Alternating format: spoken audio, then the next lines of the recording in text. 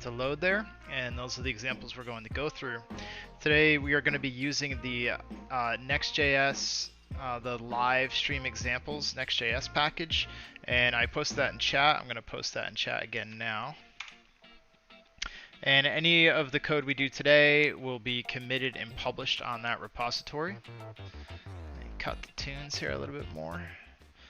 And when that goes live, we'll post the actual updates after we push the code at the end of the session. So any questions during the session, please feel free to ask in chat, and I'll be periodically checking chat for any questions, and we'll go over some of the exercises. So today, again, we're going to be using React. We're going to be using useEffect. We'll be working in the Next.js framework and using also Next.js server-side props and looking to mix different types of data to produce different outputs. So let's go.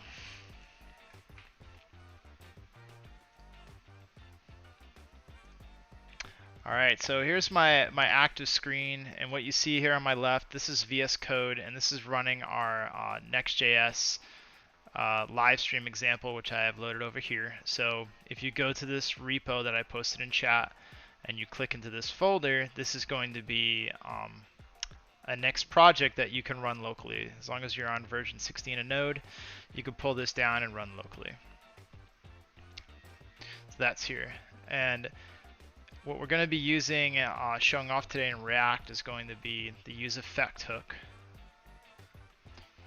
And that example is here. And then we're also going to be using getServerSideProps with Next. There's also like another one called getStaticProps. getStaticProps here, which is similar to getServerSideProps. Just depends on the style of deployment that you're using for Next.js. We're going to be testing in a server-side rendering version of Next.js, so we're going to be using getServerSideProps and showing that example.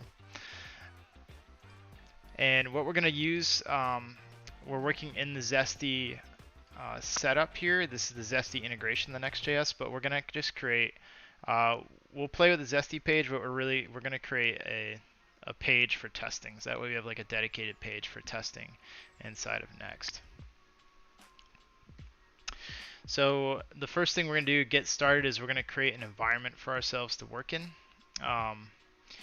And down here, this is my next project that I'm running. I'll clear this just to show everybody how it works. So I'm in my next live stream examples, Next.js example website, and this is a next project. I want to verify the node version I'm running is 16 and npm version I'm running is 8. And then I'm going to npm run dev, and this is going to start my next server. And when my next server is started, I'm able to go to localhost 3000, and you'll see this beautiful, beautiful homepage we have. I say that facetiously, but we should probably clean this thing up in one of these sessions. We mostly focus on functionality, but this is the homepage that we have. It's the same homepage that you'll find in the GitHub repository. What we're going to do is we're going to create a new page in Next, and we'll do that by inside of our Next project folder. We're going to call this page, let's just see, let's call it fetching.js. And let's see if I have the same shortcuts here. I don't. I'll just write my own. We're going to create this base, which is going to be a React component.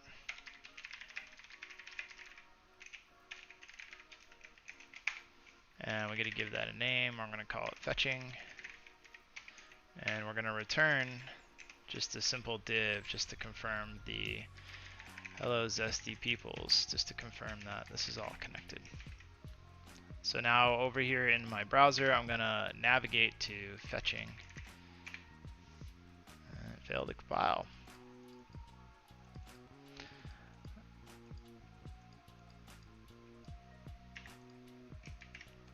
There we go.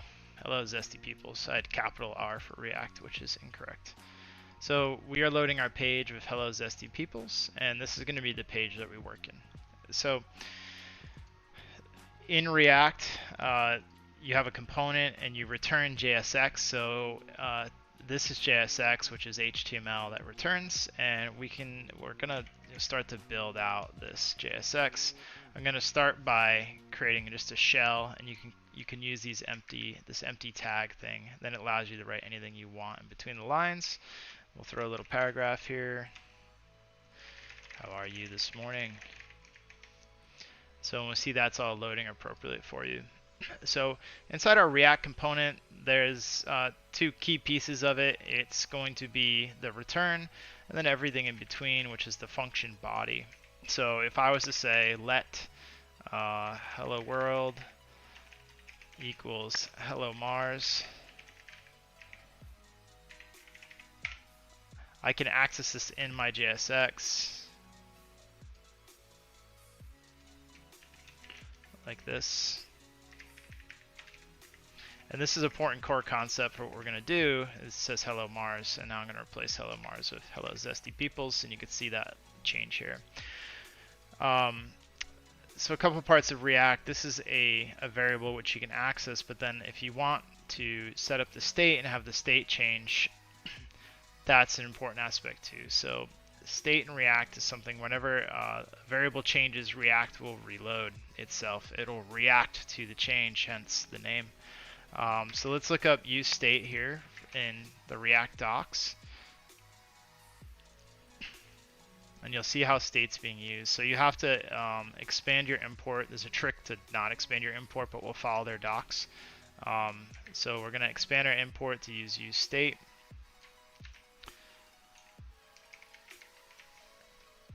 And we're going to set up state for our just hello.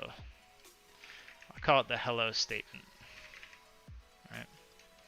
And then you always follow it up with set hello statement, to keep good convention there. And you can set a default too with your state, and in the example the default becomes 0, but it can be a string. So we could have an empty string be the default. So if we now output our default statement here, we now get nothing. But we then can write set hello statement to hello world. And this has to happen. Why is this breaking? Because it needs to happen outside of, it can't happen within this function body. And we're going to explain that here in a second when we go do a fetch. So to get around, to start off with a default, what you can do is you can set your string here and pass in the variable as your default. And we'll save that code for later. And then that our default state starts as hello Zesty Peoples. There you go. I'll make this an H1. Okay. So now that we have state, we're able to update the state with effects when we fetch, say, remote data. So our example of remote data, we're just going to grab from Zesty because we get a lot of JSON coming out from Zesty. I'm already logged in, and there's a Zesty instance associated with this particular build, and I'm going to go get some headless output for it. So I'll take a look at my home page. I'm going to preview, and I'm going to JSON it, which is a Zesty feature where you can turn anything to JSON, and we're going to grab this URL. So this is going to be the JSON that I'm going to access to update the page.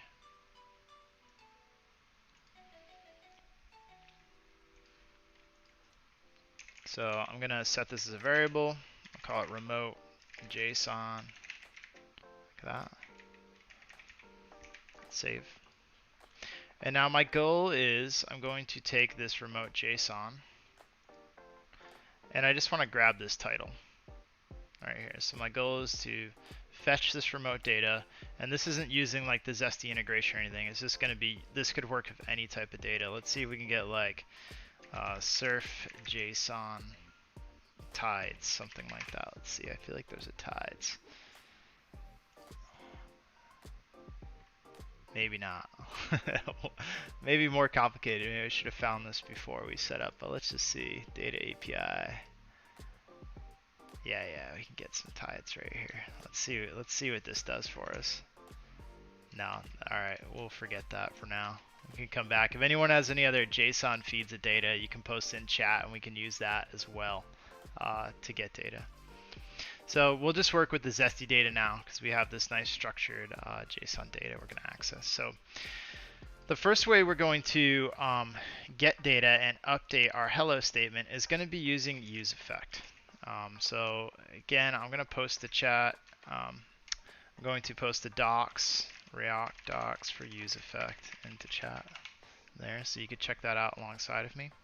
But as you can see, it imports useEffect similar to the way it imports useState. So we have useState, and we also could bring in useEffect. So we're going to update our import statement to include useEffect alongside useState.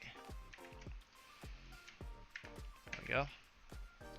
And now we're going to just follow what they're doing here and paste this into our function body. They say similar to component did mount or component did update. If you are an old school React person, you'll probably know what these functions do. But this useEffect is going to, as I understand it, every time the state changes, useEffect is going to run. And this is where you can get into trouble if you're updating specific things, and you can tell useEffect to what to update and what not to update, which we can jump into as well, or like what to listen to, what not to listen to. So if you had a particular state item, you could have useEffect only run if a particular state item changed. So if you had like hello, this hello statement, you could listen to this hello statement change. So inside this body, it says you clicked X times, count is not set up, so we can just say, let's just set this to here.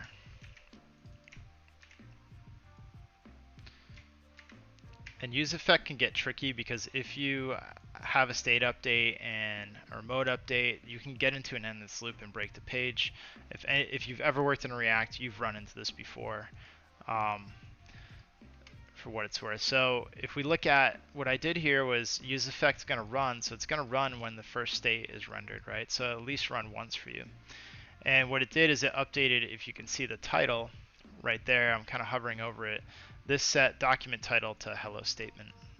It's also important to note that this runs at the DOM level, so it's running at the DOM. So like if you have server-side rendering set up, useEffect isn't going to happen. It's going to happen after the page loads.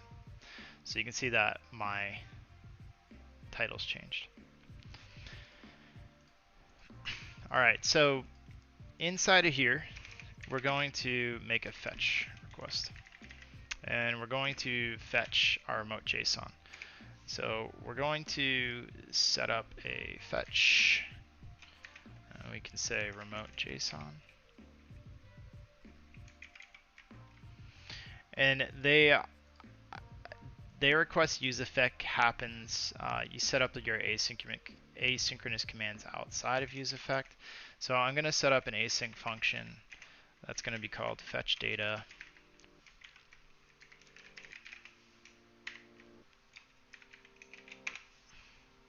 And it's going to return the JSON. So this item is going to be called fetch data. We're going to have it return the data, so we could say let data equal fetch data. And fetch data is going to take in our remote JSON.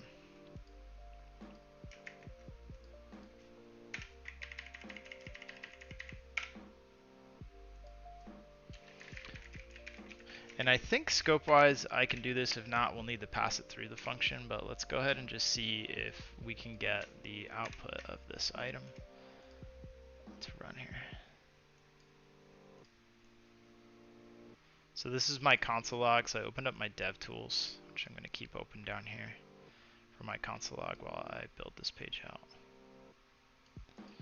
Let's save and see that. So the scope is if you have a variable in here, you can reference this variable outside of scope. Even though you're not passing it into this function body, I have access to this variable within scope. It's important to know it could be a little tricky, but you can access a variable you declare inside the function body, inside a function you declare inside of the function body. So it's good to know. You could also pass this value, like this, which if you wanted to make fetch data work with multiple URLs, you could do something like this. see how I'm still getting the URL. So this is the console log. So useEffect is running once because every time the page hot loads, it's only showing one console log. And just to keep what's going on here, we're going to console log a message just called fetching data. Uh-oh, looks like my Spotify went outside of the Zesty stream. We're playing a song that's gonna get us copyright struck. Gotta go back to our tunes from Harris Heller. There we go. I don't know how that Cat Stevens snuck up in there. Better watch out for that. But that's our Zesty playlist. It should be running just Harris Heller, which is, if you want to check him out, it makes awesome music. It's free to stream, and there's no copyright issues when you use it. All right, so back to talking about fetch data. So we're now running fetching data, and we're outputting the URL. And we could do something like this. Make this a one-liner. Fetching data from, comma, the URL. Cool. Save, and you'll see that now we're saying fetching data from, given the URL. So now let's set up our fetch. And fetch you can run as a promise. You can also run it with async await, and my preference is async await. So we're going to say let response, res stands for response equals await, fetch, and then we're going to pass in the URL now that we're passing in. And then we're also going to say let data equals, and you have to also wait this, so you say response.json since I know the values in JSON. And now I can console log the response. Or let's see, console log data.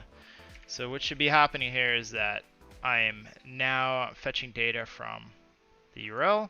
And then if you see the fetch occurs, and if you notice there's a little blip because it took some time to get that, but if you look down here in the console log, I'm now getting access to my data, right? So now we want to move this title, which is Next.js example starter, into hello statement. So now I can say set hello statement. Is this Python or JavaScript? This is JavaScript. Hello Aditya. Am I saying that right? But yeah, we're working in JavaScript. The framework we're working in is React with an additional framework, Next.js. And Next.js is great for like your page setup and some rendering and page building. But yeah, the language is JavaScript. The framework is React. And I guess the routing framework is Next.js, but knowing that you're in React, I think is more important. So now I could say data dot title. So what I'm doing is I'm fetching my data from this URL. I'm pretty much casting the data as JSON to this object I'm calling data. I'm logging the data here. And then I'm going to set my hello statement to data.title. Let's save here. And the magic just happened. So now if you notice my useEffect ran. Sure, you can ask any question you'd like. Somebody in chat is asking a question. He says small question. Go ahead, ask it.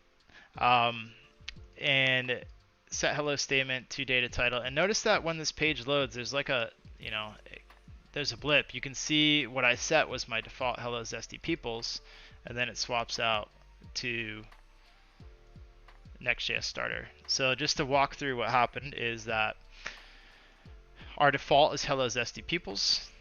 We set up useState, which is a value that can change in React, and we're setting the default to hello zesty peoples. We created a useEffect that changes the title to our hello statement, and there's also fetch data inside of it. Fetch data is a function that's going to reach out to a remote URL, and it fetches it and it converts the data or the response into JSON, which is data. Does JavaScript help in hacking? You can hack with any language you want. So there's a question from chat, and the question is, do JavaScript helps in hacking? We're all hackers. If you're talking about doing illegal hacking and security hacking, you can use any language you want, but JavaScript's great for creating pages and manipulating the DOM for what it's worth. I won't get into how it can be used for hacking if you're talking about illegal activities. So back to talking about the task at hand. Set hello statement is the state. This is setting and updating the state. And we're referencing hello statement in two pieces now, which is kind of cool. We reference it in this h1 output, and we also reference it, if you noticed, in the title, which we set up. So after the fetch happens, our title, the document title, updates, and our view updates. Can you teach me JavaScript is a question coming in from chat. Of course. I mean, this is what we're teaching today. I guess this particular setup requires you to have some knowledge of JavaScript, but this is getting into React, so you can follow along and just see what's happening. So coming back, useEffect runs, and useEffect is referencing hello statement, and also fetch data is setting hello statement. So hello statement is referenced in this useEffect for the document title, and also inside of this h1. All right, so if I was to cut out this part where we update set hello statement and hit save, I guess we're going to need to hard refresh this page. So we hit save, we hard refresh the page. We're saying hello zesty peoples, because that's our default hello statement. Hello world, which is this default statement here. I'm going to go ahead and go like this just to clean it up. Maybe it's clearer there. So our default hello statement is hello zesty peoples. Down in our render, we output our hello statement in the h1. You see that here. And in the useEffect, we update our document title to hello zesty peoples as well. So if we look at our document title here, hello zesty people. So then our useEffect runs, we update the document, and we also run this fetch data. Fetch data runs, it uses a JavaScript fetch command. This is a native command inside of JavaScript. And then part of fetch is casting it into JSON, and we cast that into a variable called data. And we're logging out that data so you can see it over here. And then if we want to use that data to update our hello statement, to update both the document title and the h1, we use the function we set up here called set hello statement, which updates the state. And notice that it automatically updates now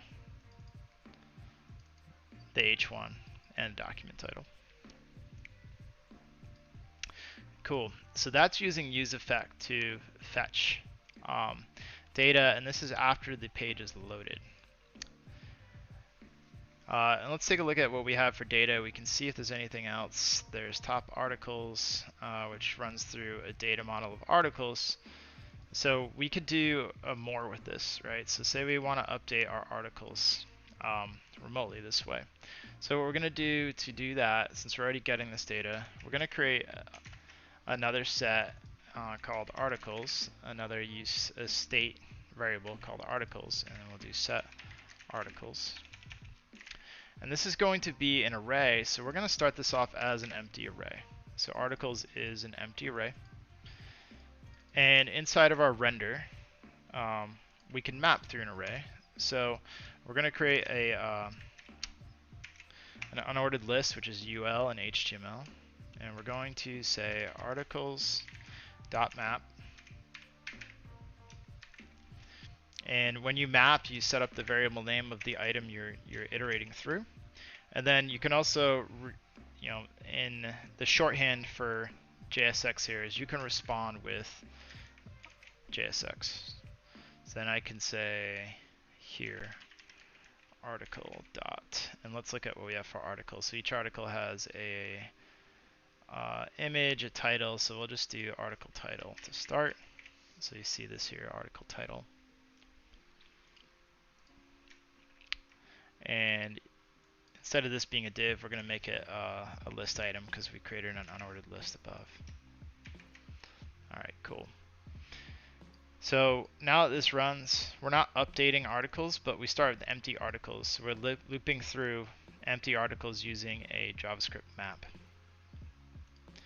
So just along where we set our hello statement, we're going to update to to articles, and in this response, it's going to be data dot top underscore articles dot data.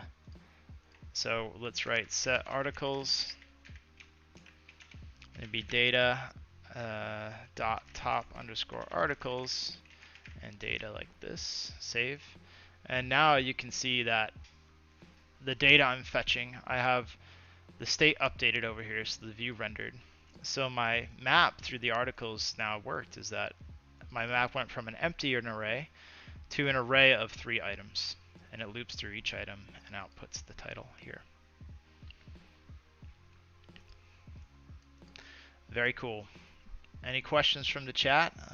It's been a little quiet there for the last minute or so. I'll keep checking periodically. So that is how you update. I'm going to call this updating the DOM or the render with remote data using useEffect.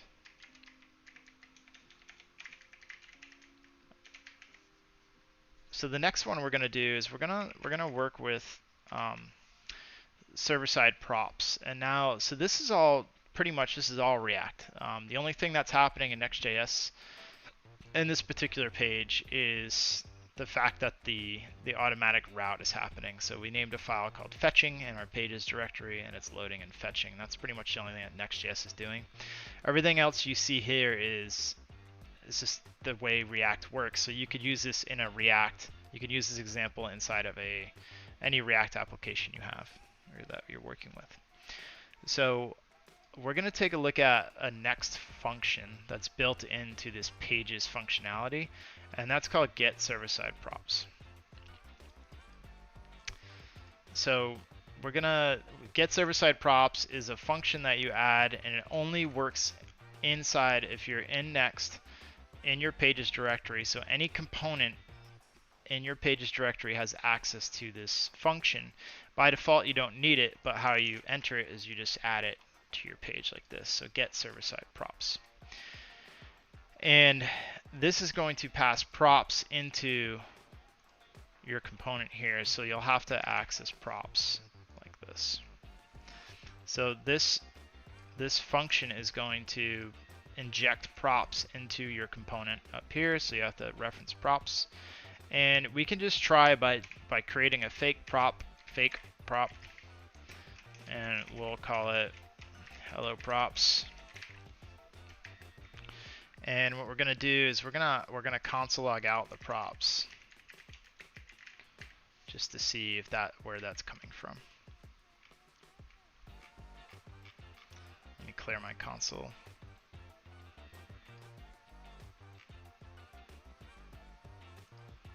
So now notice we're getting into this this endless loop because something updates and the state is happening. I believe we can go like this. Let's see. Okay. Alright, cool. Let's try a save here. Alright. So why we added this in useEffect is this is telling it not to, like, pretty much only run once. So when you add the square brackets to it, it's telling it to run once. Otherwise, if I added something else inside the DOM, it would trigger an update, and I could tell it which things to update. You can learn more about that again from useEffect. We already posted that in chat, but check that out.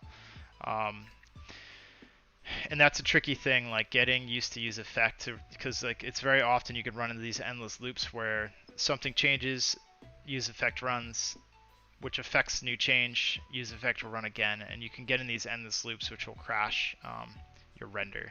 Something you want to watch out for, but we're going to keep talking about server-side props for the time being. So let's take a look at what we're responding with. Props here. I want to say, if we go like this, fake prop. Alright, and now we're logging console log props, and I may need to deconstruct my props. I'm not totally sure here. Let's see. It's been a little bit. We're going to look at the docs just to confirm this exact functionality here.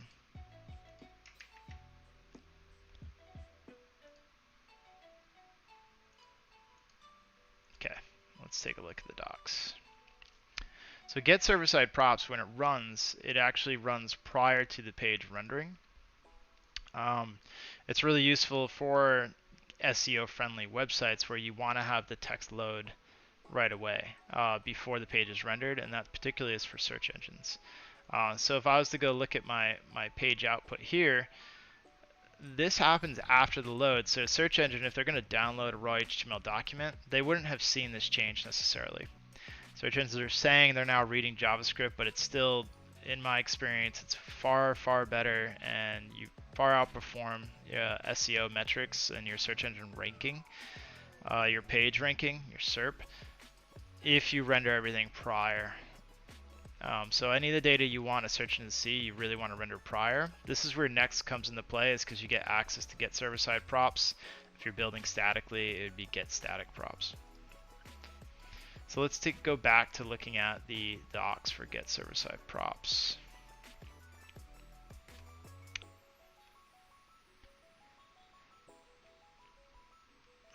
Let's look at the example they use. Okay, so it is deconstructing itself here. So let's follow this. Deconstruct your props. That's the best meme in computer science right now going on the internet. If you guys don't know, post your deconstruct your props memes in chat if you get any. So we got to deconstruct our props, and let's go like this. And this one's called fake prop. Here, and let's output fake prop, and let's see if we're getting it in chat. Let's see if they're following it exactly as they are. Props,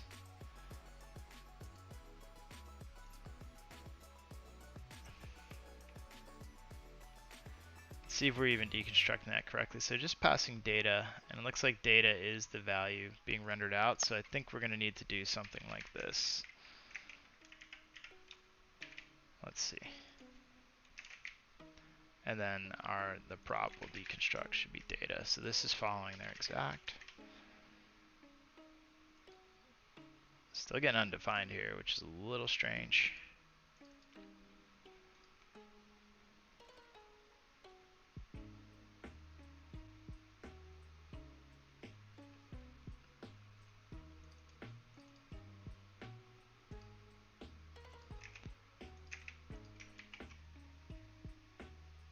This is JavaScript, Karen. Question from chat is asking, is this JavaScript? Yes, this is JavaScript. What does it look like? Does it look like another language to you, Karen? That would be my question. I guess like JavaScript can look so different in so many ways, and it's like so loose where I can not terminate the end of my sentence, the end of my line with a variable or not. So it's a little strange. All right, let's see here. Let's see if we can output data down here. So still working with this, seeing if we could trigger some sort of page error here. Data dot fake prop.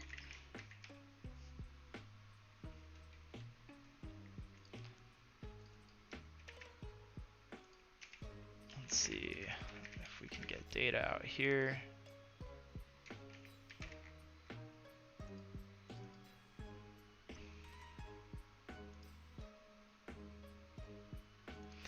Still returning undefined here, which I'm not exactly sure what is happening here. So let's go back to looking at their docs. So get server-side props, async function. You can call it context here, which is kind of cool. So I believe you could say like context dot, or let's just output context actually. Because this is where you can get like the requesting URL and other information. And let's have a refresh here.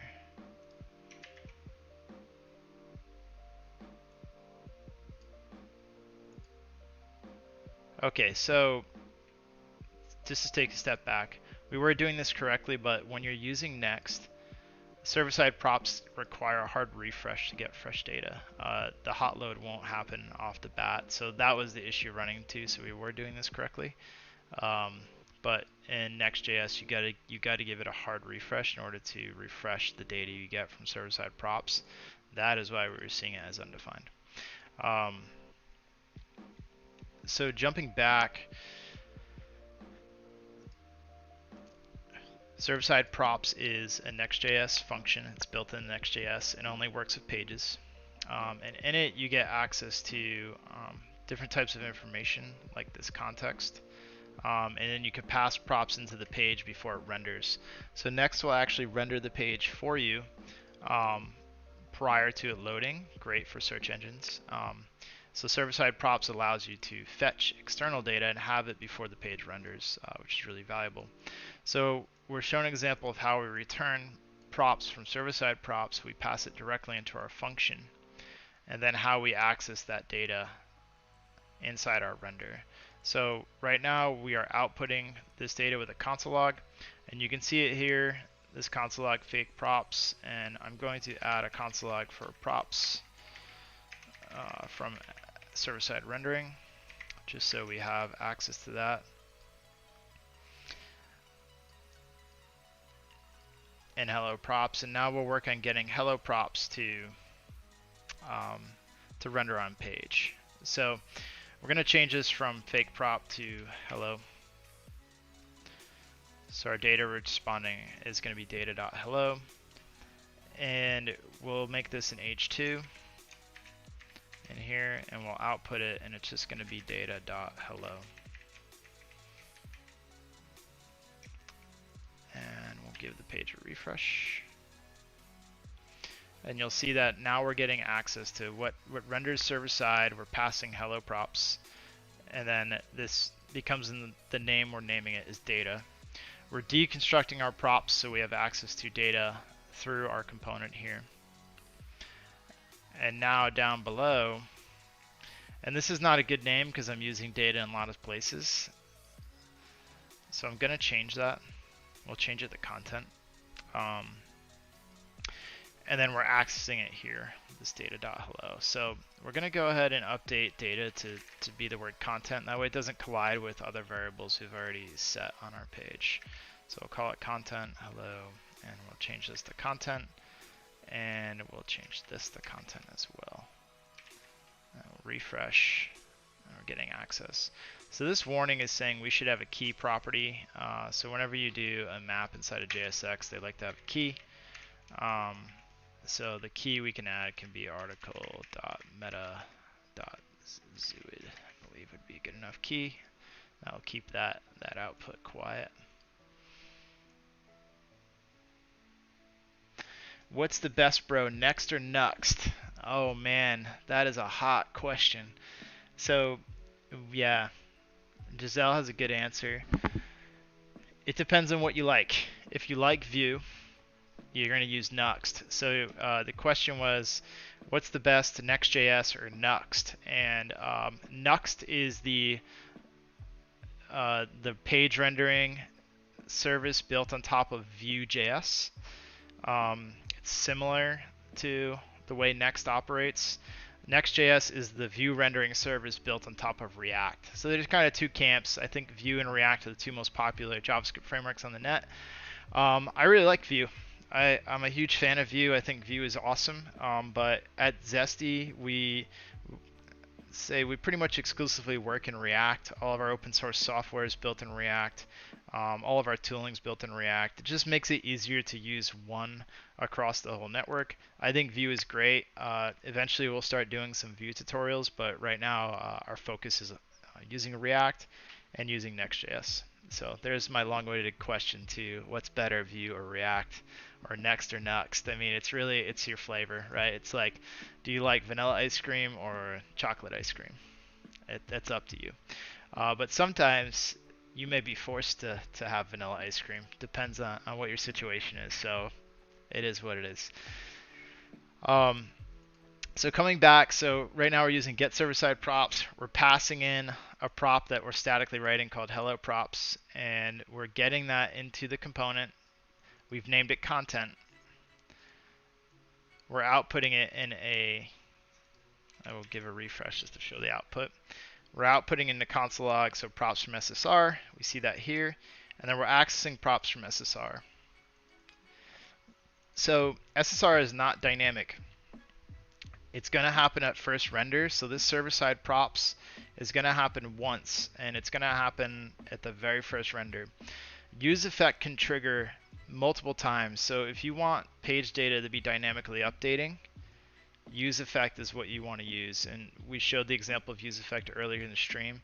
But if you want the data to be there for the search engines to read, or if there's other stuff you're doing behind the scenes in the server that maybe requires some security or hidden you don't want to make a public request for, server-side props is what you want to do. So we're not going to show how we can access server-side props. Yeah, vanilla swirl. How we access server-side props, I'll go back to chat in a second, by using a fetch command. And we're going to be able to use a similar fetch command as well. I want to say here they might show a similar fetch. It's like we can literally copy and paste the code we wrote above. So we're going to look at our fetch data function that we wrote above. And since we're not using, or we can literally just copy this, paste it in there here, fetch data, and we're using the same command, but what we don't have access to is this URL. And I believe we can pull this URL even further out of scope. So we can pull this, throw it here, make it a const, and then get access to this in both scopes. So we get access to it inside of this method and inside of the method down here. So instead of passing URL here, we're going to say remote JSON, and remote JSON will still be good for that. Okay, cool. So we're running it, and now we need to take this data and pass it into the object which we return. So since we're deconstructing our props here and we have content, we can also say remote data like this, and straight up say remote data. I have a comment here. Let's see if we deconstructed our props correctly. So what we're going to do is we're going to output our remote data. So we'll add a console log right after props from SSR. And we'll do comment for remote data. And we're getting undefined. We may need to trigger a refresh. Let's try a refresh. And there we go. So that works. We'll walk through that. Chat says chocolate vanilla swirl for sure. So Giselle, you can't use, well, I guess you could use Vue and React together, but you could, your coworkers or the people programming with you would be pretty upset about that. I've seen it happen before. It's not pretty. All right, so now getServerSideProps is fetching our remote JSON before the page renders, and we can see that this is console props from server-side rendering. We have a content which we created this hello props. We also have remote data, and if we look at our response, we have two objects. One is hello props, and the other one is this remote endpoint which we fetch, which is this object is coming from this URL here. So this is how you'd work with server-side props. And again, so reiterating, if you want the data to be there before the page renders, and this is really important for search engine optimization, use server-side props. If you want the data to update dynamically after the fact, or you don't care about the search engines, you can use useEffect. And these are the two ways which you can fetch data. So take a breather. Any questions about the two concepts we're covering for fetching remote data with Next.js and React? And I'm on a little bit of delay, so we'll wait a few seconds. And we'll turn on some funk. Harris Helly just put out some nice little funky grooves, which I've been digging. So I'll wait to see if there's any responses from chat there on that question, but we'll keep pushing, and let's look for another remote source and see what we can get. So like, let's look like remote JSON feeds.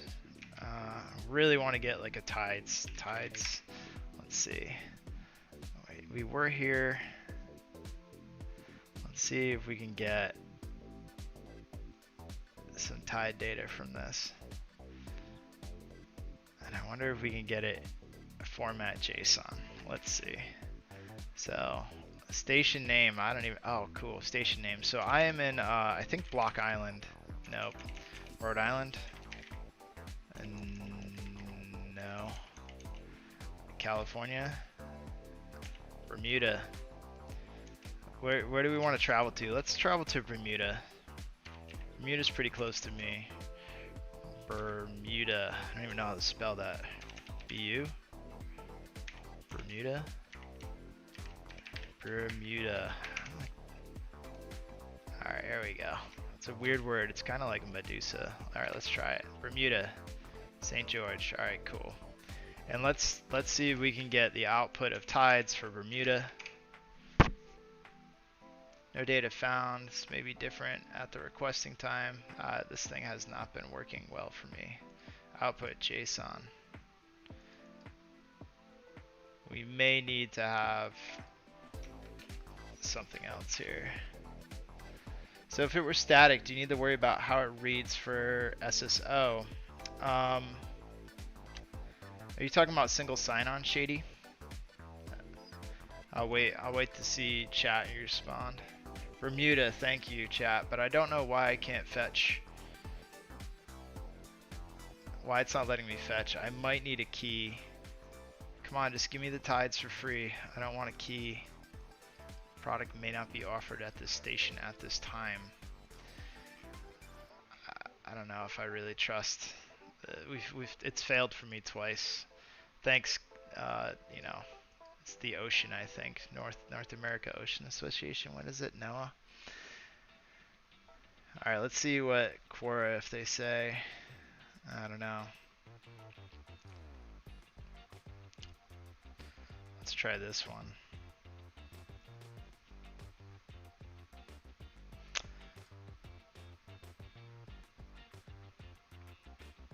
Let's go for temperature JSON feeds. SEO.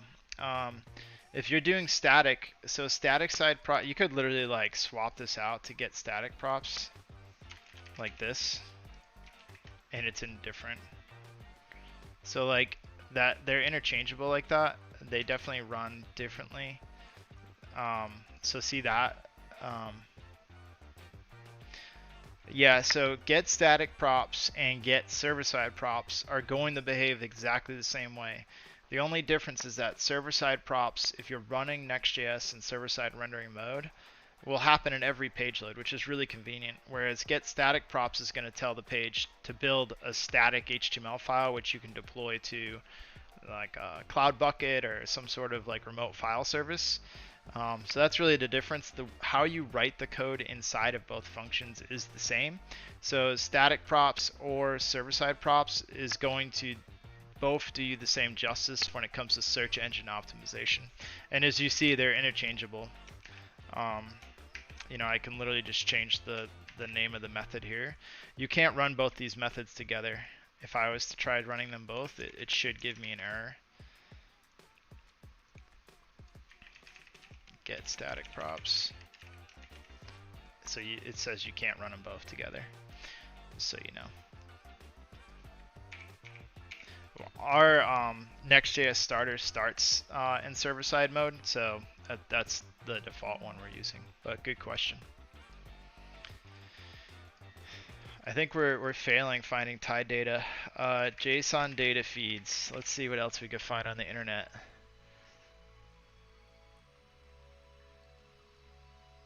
Any type of fun feed.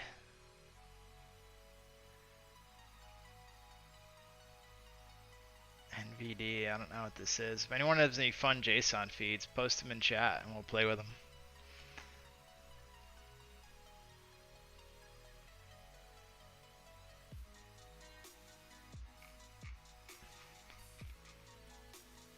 JSONfeed.org. Doesn't look like this has very fun data.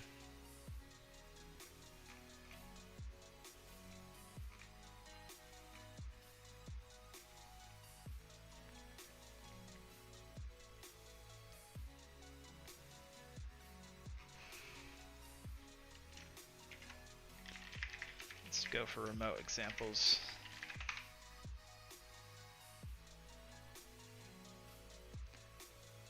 So just to, while we're searching around, another question came up with the server-side props versus useEffect.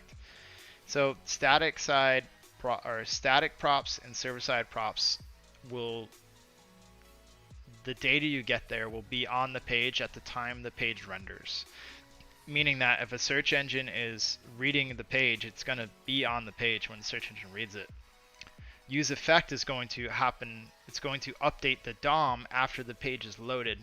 So if you expect any data to be read by search engines, useEffect, you can't trust useEffect to update your page for that. You have to, I say have to, but it's best practice to use anything that renders the page prior. Even if you were to author the page with static text prior to it loading, it's better for search engines then to wait for JavaScript to change the page. The page changing in JavaScript with useEffect, looking at useEffect here, this method is going to happen after. So like, sure, for any user, it's totally fine. So if somebody is viewing a page, like useEffect is totally fine. So if you're using it in applications or anything that isn't search engine friendly or necessary, it's totally fine to use. But again, if you care a lot about search engine optimization, you can't trust that whatever you put in useEffect is going to be read by the search engines or indexed by the search engines. Hi Jomar, it has been pretty fun, Jomar, but I can't find a good JSON feed. Don't know why.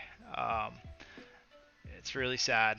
Example.com, I'm not sure. We'll just make up our own, I guess. So what I'm going to do now is I'm going to fetch multiple pieces of data, so remote JSON, and we're just going to use Zesty since I can't find any cool JSON that's just available on the internet. So we have articles in homepage. We're going to make a new schema, and we're going to call it puppies. I guess puppies. Puppies is good, right? Maybe, what were we talking about? Food? Oh, we're talking about ice cream. Ice cream flavors. How about that? Ice cream flavors. Great model. So we're working in Zesty. We're creating a schema for ice cream flavors. We'll have one called flavor name. And then we'll do an image. We'll add a image of the ice cream. I'll just call it image. It's fine. So we're going to have flavor names and images. And let's go load this up with some data so we can have some fun data to work with. So if you got any ice cream pics, post them in chat. Chocolate ice cream. Let's find some really tasty chocolate ice cream here. So much to choose from. How about this one right there? Save image as chocolate.jpg. Cool. And we'll go get some vanilla. Boom. Vanilla. Ah, it's a WebP. Give me a JPEG. Give me any of that. Looks like all these are going to be WebP. Oh no, PNG is fine. Okay. Vanilla. Alright, let's go for strawberry here. Mint chocolate chip is in the chat. Mint chocolate chip. Mint chocolate chip is really refreshing on a hot day.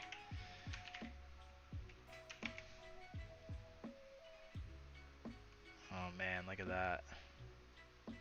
That looks really refreshing. Alright, mint chocolate chip, square, perfect. Alright, cool. We got vanilla, chocolate, and mint chocolate chip. we'll play with some of that. So let's load up our ice cream flavors. Start with mint chocolate chip. And again, using Zesty just to build out this data. We're going to upload, and oh man, desktop. There we go, mint chocolate chip. Load that one, create item. And let's add a new ice cream flavor. Vanilla. There we go. Alright, boom. Upload. Vanilla. Spelled that wrong. Vanilla?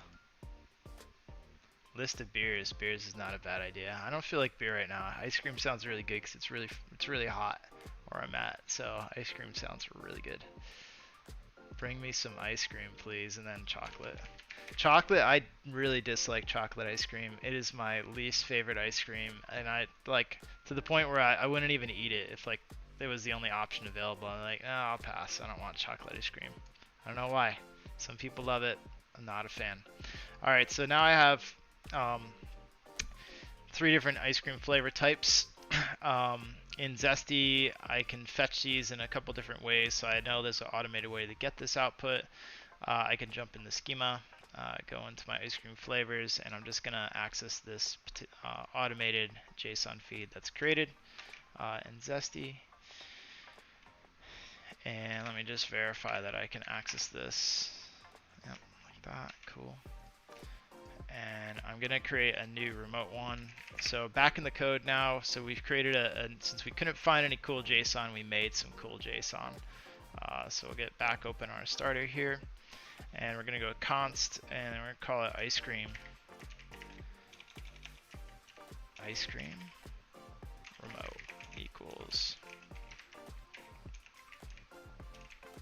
Alright, so what we're going to show off is that you can get multiple data sources with server-side rendering, and we're going to create pretty much 2 fetch requests here. It's really simple, so I'm going to add some comments. So fetching articles, fetching ice cream,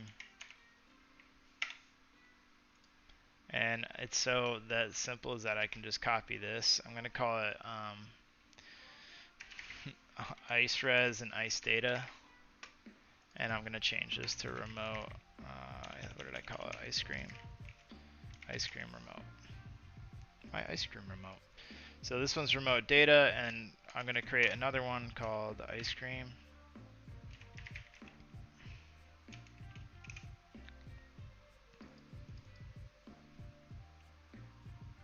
Ice data. And then I know in my data body, just to take a look at this, I'm going to open it in a different, let's see. I'm going to need to copy this example here. I need to get, where is it? Not that. I need this to get access to it remotely, because this particular one is locked down. And we're looking at the remote data we have access to. So this format outputs a little bit differently. So there's going to be this meta object up top, and then there's a data object. The one we care about here is data object. Oh, we got mint chocolate chip. We should probably update that to mint. So we're gonna access this particular URL, and we're gonna hit the data on it. So back in the code, I need to update my URL here.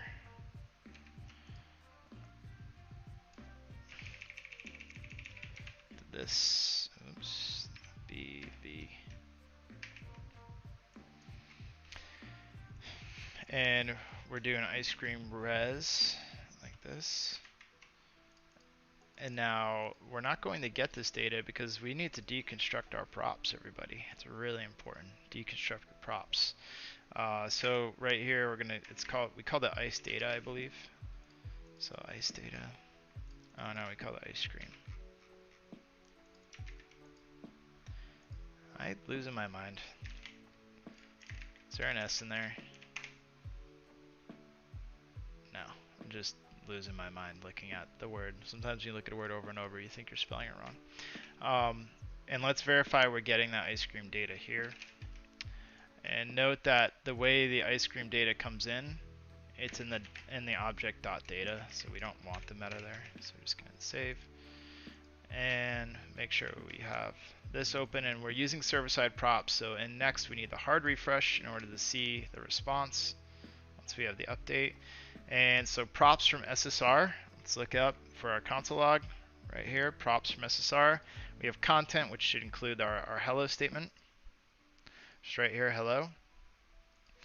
And then we have our actual content fetch that we're making, which is this one, the remote JSON fetch. And then below that, we should have 3 ice cream variants, and we do. So the first part of the array, content, see mint chocolate chip, that's min. Let's go ahead and update that. We'll update that after we render it, but let's now go back to our view.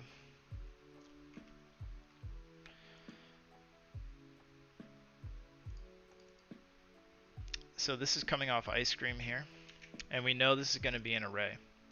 So we can set like a default value to an array too, which is really useful because say ice cream failed to load, you could still set a default value. Very useful if something happens on the render and the value is not there. We all scream for ice cream. We do. Ice cream and beer though doesn't mix, Giselle. It's a really bad mixture, so we're gonna leave the beer out of this one. All right, so we have articles here. Let's create some ice cream here. Let's create another list, unordered list, and we're gonna go ice cream. I keep typing the word scream. Ice cream dot map, and then we'll call it, this one's a flavor, and we're gonna return JSX here, and it's gonna be, I know the way this is formatted, it's going to be flavor dot content because we're looking at it here. So the first object, each one of these objects, or each one of these, say, flavors has a content, a meta, and a version. This data is coming off Zesty. So what we really want is content, and we're going to grab content dot, let's see, we called it a flavor name.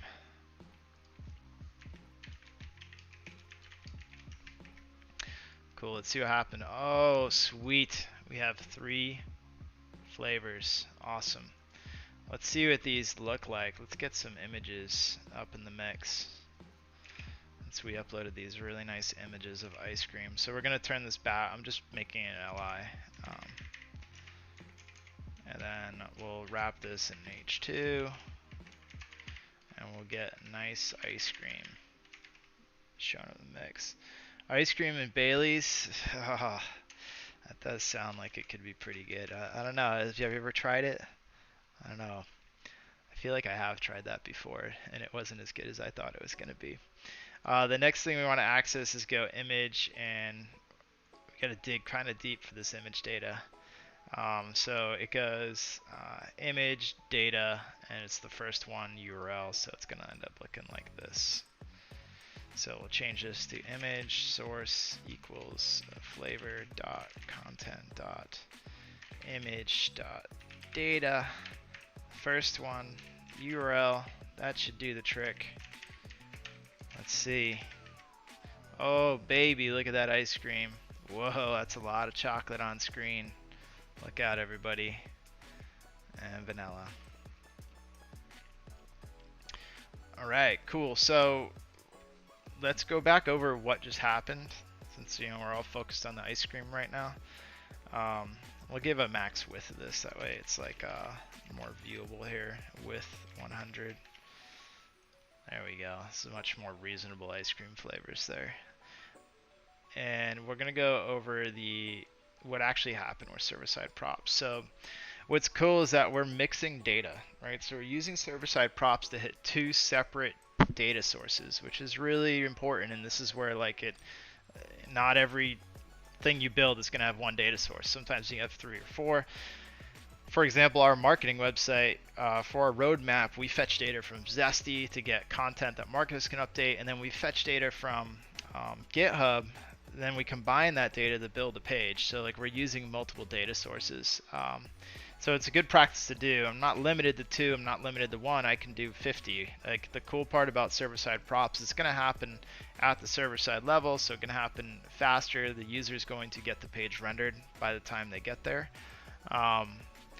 So yeah, that's that. So we're running 2 fetches inside server-side props, again using Next.js. This is a Next.js function exclusive, so if you're using a React, you don't have access to this pre-rendering. You'd be exclusively using useEffect. We're fetching one remote item, which is for these articles here, and we're fetching one for the ice cream, which is another remote endpoint. And when we return, we're going to return the data in props, which get deconstructed when they come into your React component. And we're naming this one ice cream and remote data respectively to these 2 different sets. We also have one called content that we hard coded in. So like if you wanted to hard code something in here too, you can also have access to it. You can import a remote JSON file, or not, a local JSON file, for example, if you want to have something be tidy. So 2 different data sources from 2 different remote endpoints. We deconstruct the props into our component. Our component is called fetching. And we have content, remote data, and ice cream. Ice cream has a default array. That way it can load if it doesn't have the data. And we can render the JSX. We are mapping through articles because we know articles is an array of data. We're going here, and we're going to want a key here. There should be a... Imagine that React's going to output and be upset that we didn't add a key to our li, so we can do that. And then ice cream we're mapping through. We're mapping through flavors, and let's just tab this over and make it more legible.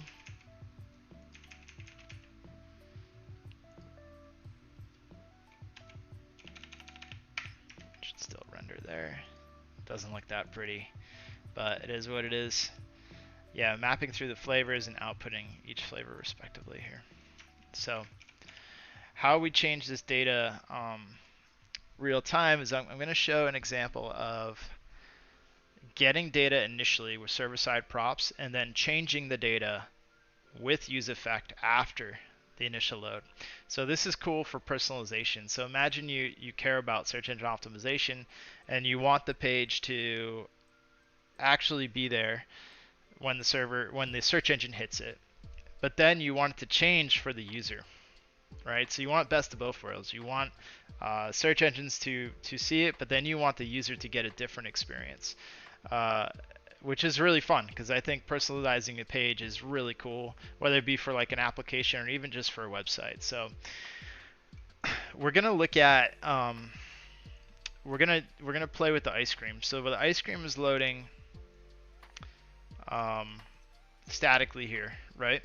Or not, it's loading, excuse me, from the server-side props. So we're fetching it once, but let's just say we want to change this ice cream after the page loads. So we're going to do that by using useEffect.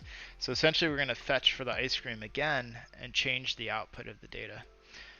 All right, so let's walk through how we're going to do that.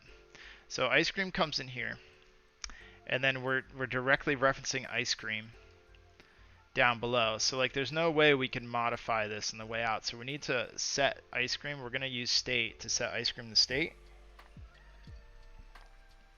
And then we can update it. So how we're going to do that is similar. We're going to use useState. Instead of calling it articles, we're going to name it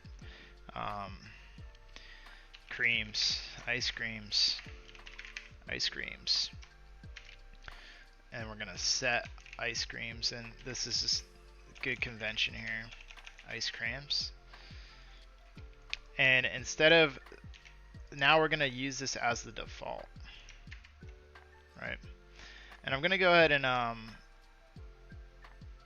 going to rename these just for the sake of remote ice cream.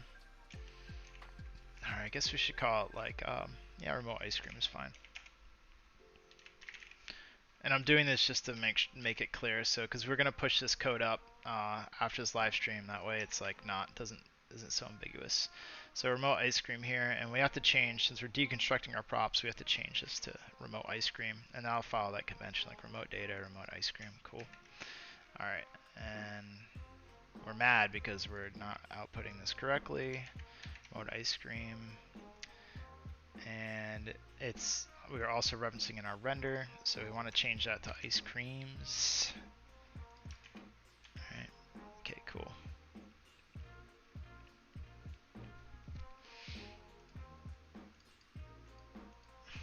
All right, refresh. Okay, cool. All right, so what I just did was and this is cool. So we're using our server-side props, right? Remote ice cream, and we're deconstructing our props, everybody. Deconstruct your props always. And then we're using that, and we're setting our default state of ice creams to remote ice cream. That means that we can update the state later at another time. And we're going to do that. We're going to use our useEffect to update the state. So we're going to call this, we're going to reverse the order of the ice cream after useEffect, for example. So we're going to create a function called reverse ice cream. I keep wanting to write scream, ice cream. And then what we're going to do is just say, we're going to go set ice creams. And we're going to say ice creams. I just can't spell it right. Ice creams dot. We'll give it the good old reverse. Let's see if this works out for us. So after we fetch the data, we're also going to reverse the ice creams. Let's see if this works without it being upset. Boom! Did you see it reverse? Let's undo it to see if it...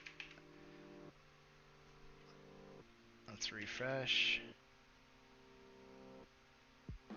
Alright, so we start off with mint chocolate chip, chocolate, and vanilla. So basically, if we reverse it, vanilla should be first. So we're running this reverse ice cream, and it happens with our useEffect. So we load the page server-side rendering first in this specific order.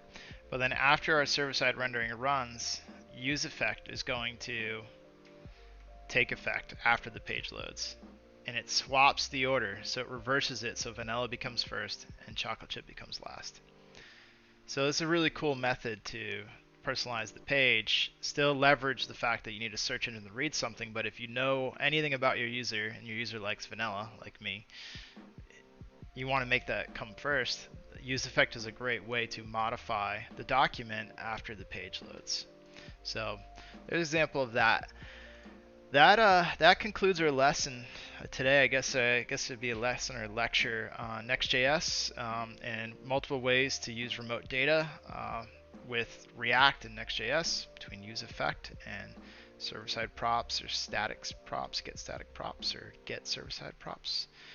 I'm going to post this code up to the live stream. I'm going to post the go ahead and push that now. There's the live stream example. I'm going to go ahead and kill my function here. Say get commit. Say live stream from 8/11/2022 on fetching remote data.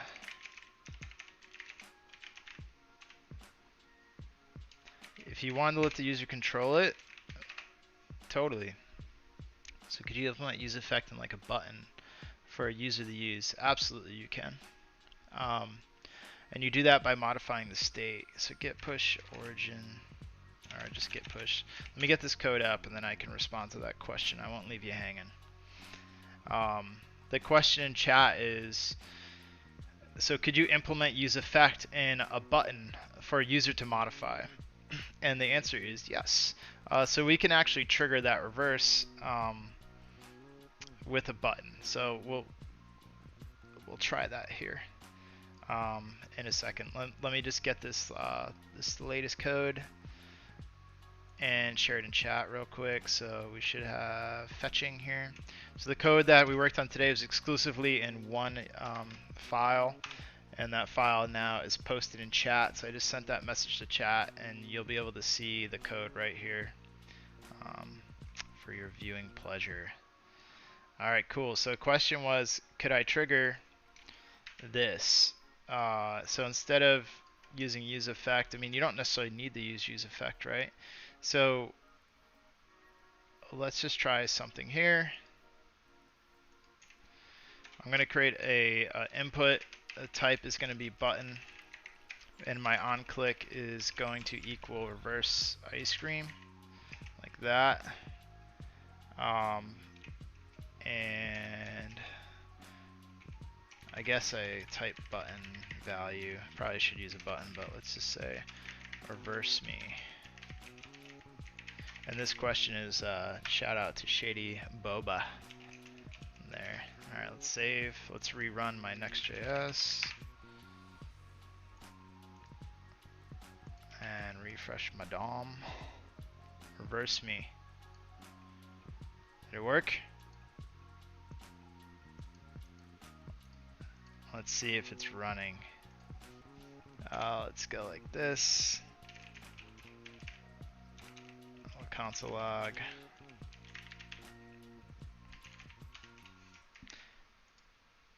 Alright, cool. And let's get this open again. Clear this out. Reversing.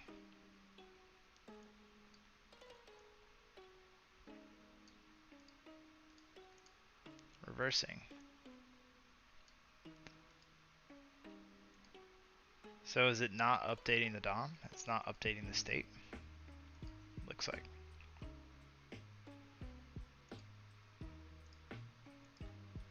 So we're calling it, but nothing's changing, right? Unless it need, or maybe it's the way reverse is running. Let me think about this real quick. I'm not sure if reverse is going to be able to reverse multiple times. Let's try.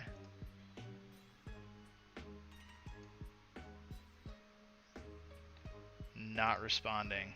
Let's throw an alert in there just to be.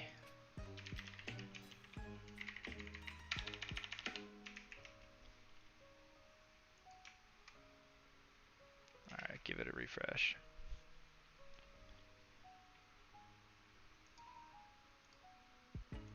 Yeah, that's not triggering there.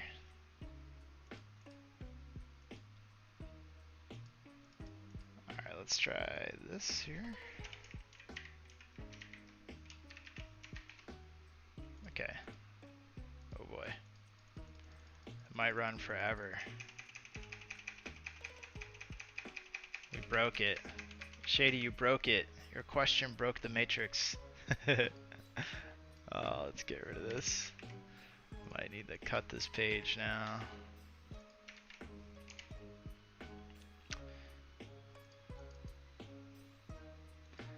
Yeah, so running into an infinite loop there. Let's look at this. I believe it's the way this gets called is how that matters.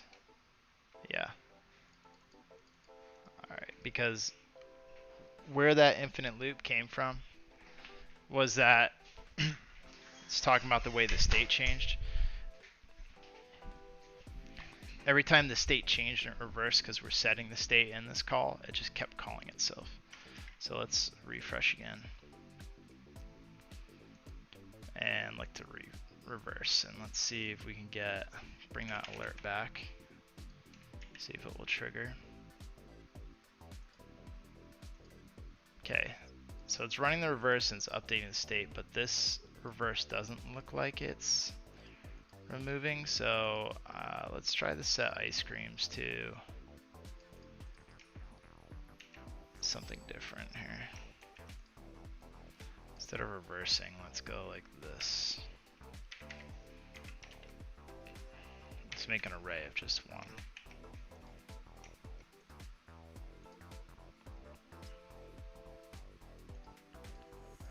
Let's see, we're gonna go like this. Oops. Alright. And this is looking to get if the user can trigger the change there. Okay, that did it. Alright, so the reverse was confusing because it would only reverse it once. So you weren't seeing that change. So we can do like a random integer, and let's say call this reverse to be like, let's call this random ice cream, which I think will be cool. And let's go down here to, so the button that's triggering is random ice cream. And we're gonna start, the DOM will start if we refresh with 3 ice creams. And if we go to random ice cream, it's gonna pick 1 for us. And right now we're not making it random, but we're just selecting the first one. So reverse, it was called reverse, but it's not reversing. Select 1. But we'll call this like random me, right? And then if we want to get, I think we can use a modulo function off time. So like get random integer JavaScript. I want to say use time with modulo or something. I guess you could just use random. Math.random. Very simple. Times max. So it'd be 3. 0, 1, 2, or 3. Get random int. Thanks, guys. Alright, cool. So we're going to steal this function. We're going to write the function outside of our function body so we have access to it between both methods just in case. And now we'll take our ice creams and we'll say this one right here. Say get random int 1 through 3 here. And now we should get random ice cream every time. Let's refresh. Random me.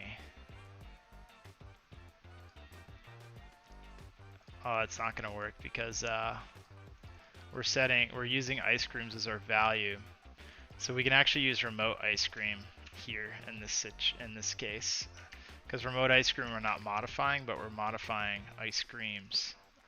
Alright, so let's try that. Reverse me. Random me. Chocolate.